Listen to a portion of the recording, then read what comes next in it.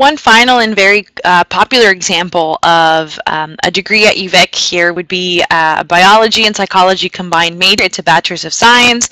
Again, we see the faculty and the degree program that this belongs to. The pie chart will show us required courses, elective courses, and co-requisites as well. Now we see the breakdown of courses once again from year 1 to years 3 and 4, but now the trick here is to actually see what each class will cover. So say for instance we see that we need to take a couple of biology courses, and there's also Psych 100A.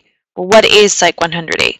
Like I mentioned earlier, the majority of these worksheets are outlined, so you can click on the Psych 100A. If it weren't to be hyperlinked, all you need to do is just copy the name of the class and put it into the search engine at the home page of UVic. And it'll bring you to this page. This is the course, the academic calendar. So again, like I said, like the big course roster of all classes at UVic that will show you the different, not only schedules that are offered in as well, but also a brief description of what the course will cover. So in here we see it's Psych 100A, which means that it's Introductory Psychology, probably Part 1. It's 1.5 units like most courses are at UVic, and we see that it's 3 hours of lecture. This number is really important, the numbers that you'll see here at the top. Sometimes there's 2, sometimes there's a dash here and then a third number. The order that this will go in will let you know how many hours of lecture are expected per week, how many hours of lab are expected per week, and the third number will show tutorial hours. So write this down somewhere, or just repeat it to yourself until you remember it. The order that you go for in these 3 numbers, sometimes just 2 numbers, will go lecture, lab, tutorial. Once again, lecture, lab, tutorial. In this example, of course, we only see 2 numbers, which means that this class only has 3 hours of lecture that you need to plan for. Therefore, there is no lab or tutorial associated with this particular class. So all you need to register for is the lecture. Again, you see a description of what the class covers, some notes on it, and at the bottom you see the schedules. You guys will probably be looking at the fall and spring semesters as well. Now this is a really important field to look into, where it says fields of study, simply because it tells you all of the other different disciplines that you could take classes in. And for those of you who are looking for electives, this is where you probably would go looking for them. A lot of you probably already have a good idea of which other area interests you academically, or even if it's just, you know, for interest. Maybe you really like music. Like I said, maybe you want to learn a second language. So then in that case, you would just go into the field of study that you're interested in to browse through all of the different classes that they offer and pick electives that way. 100 level courses tend to stand for first year courses, 200 level second year, and it goes on up that way. So if you're looking for electives, it's likely that you'll probably want to look at 100 level and potentially 200 level courses as well. But like I said, it's really important that you do take the time to just look at all of the different fields of study, particularly for those of you who have a lot of room for electives. Going back into the program outline, for the prerequisite, sometimes you'll get a lot of choices to pick from. So again, you want to click on each particular course to see which one would best suit your skill set and your academic background, right? So for instance, if we were to start with one of these maths, because I have to take one of those, say that it's Math 102. Well, Math 102 is calculus for students in the in the social and biological sciences. It's 1.5 units of it, and it's 3 hours of lecture. Once again, there's no lab or tutorial associated with it, just the lecture. I see some notes in the class, the prerequisite section, which is really important to read because, again, it's likely that I must have taken another class before this one. And then at the bottom, I see the schedules. If you know that math isn't your most preferred subject and you just need to take one of these math classes because you're going into the social sciences, for instance, then take this one. This one is designed for students going into the social and biological sciences.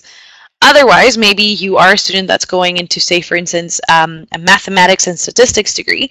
Well, not only do you want something that's a little bit more challenging for your skill set, but it's very likely that you'll also require one of these classes, right? So Math 100, for instance, again, it's a different description than the other one, right? A little bit of more breakdown of exactly what you're going to look into as opposed to just math for the social sciences.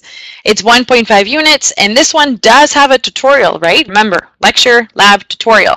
So we know there's 3 hours of lecture, no hours of lab, 1 hour of tutorial. So when I'm planning this out, not only am I planning out for registering for those 3 hours of lecture, but there's also 1 hour of tutorial. So I need to register for both the lecture and the tutorial.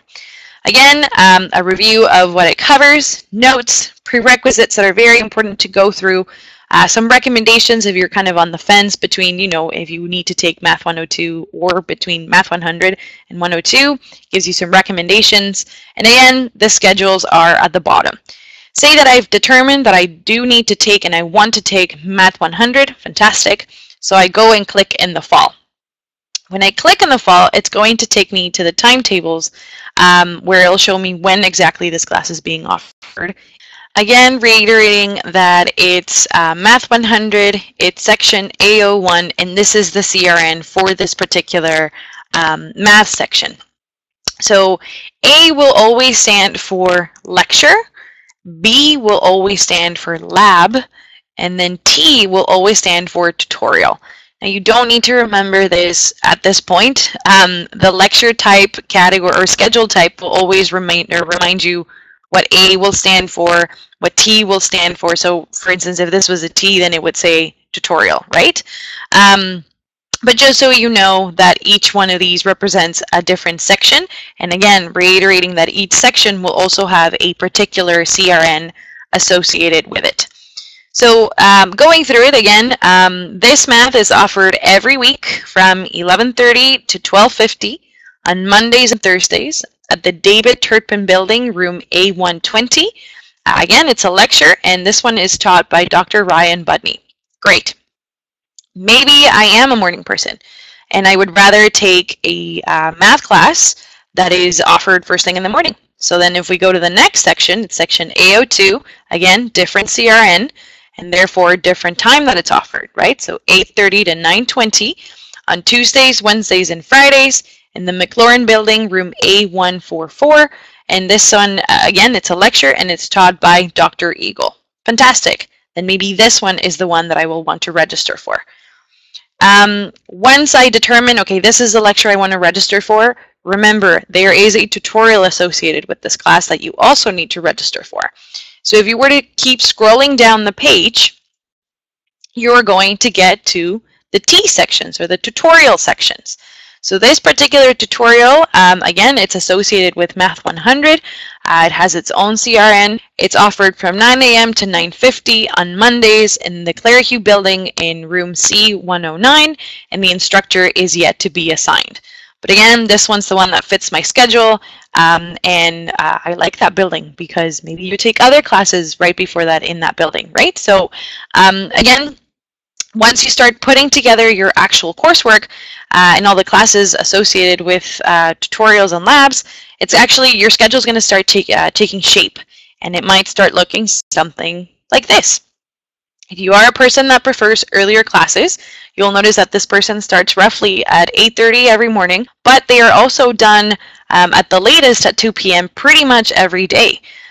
So yes, you start early, but you also end significantly early, and you have quite a few breaks in between. So this is a pretty good schedule for those of you who would prefer earlier classes. Maybe there's some people that don't like to get out of bed until about 10 a.m., and that's totally fair. You could take later classes, right, depending on the course offerings. This person doesn't start until about 11:30 every morning, but, you know, even though they start later on, there is on Tuesdays, so 1 day a week where they do finish at about 7 p.m. But if this is a schedule that works with how your own time frame works, then perfect. Try and fit your classes around a time frame that works for you. This is sort of something to look forward to in university. You can actually not only pick your own classes, but also put together your own schedule around your own timeline. You will notice as well that university is a lot more independent. I'm sure your friends and siblings and parents and family have told you that it's a lot more independent in the sense that yes, you do have to schedule your own study time, because you won't have someone kind of chasing after you, telling you, have you done your schedule, starting with your timetable, but also, have you done your homework? Have you finished this particular project, right? Like it's all very much on your own time. I mean, of course, there's lots of support for you guys to walk you through questions about chemistry or French or Spanish or whichever class that you need extra support for. But you need to take the initiative to just sit down and study and do your coursework. It might seem silly, but you also need to schedule in your work-life balance, right? Yes, it's about schooling, but it's also about your social life. So make sure it's important that you schedule in breaks as well. If you have a Netflix night, if you have a part-time job, if you know that you're going to have a test coming up and you need help clearing up some questions, make sure that you're scheduling in those things as well, because it is really, really important to keep that balance in between the two. Personally, the best tip that I could give you is that university really comes down to that. If you want to be successful, you first need to learn how to manage your time effectively. And the best way to start doing that is by putting together a schedule that not only works around your timeline, but that is, understanding of your lifestyle. So if you do yoga, if you have to prep for a lab, those sorts of things, those are things that you also want to take into account and plan for.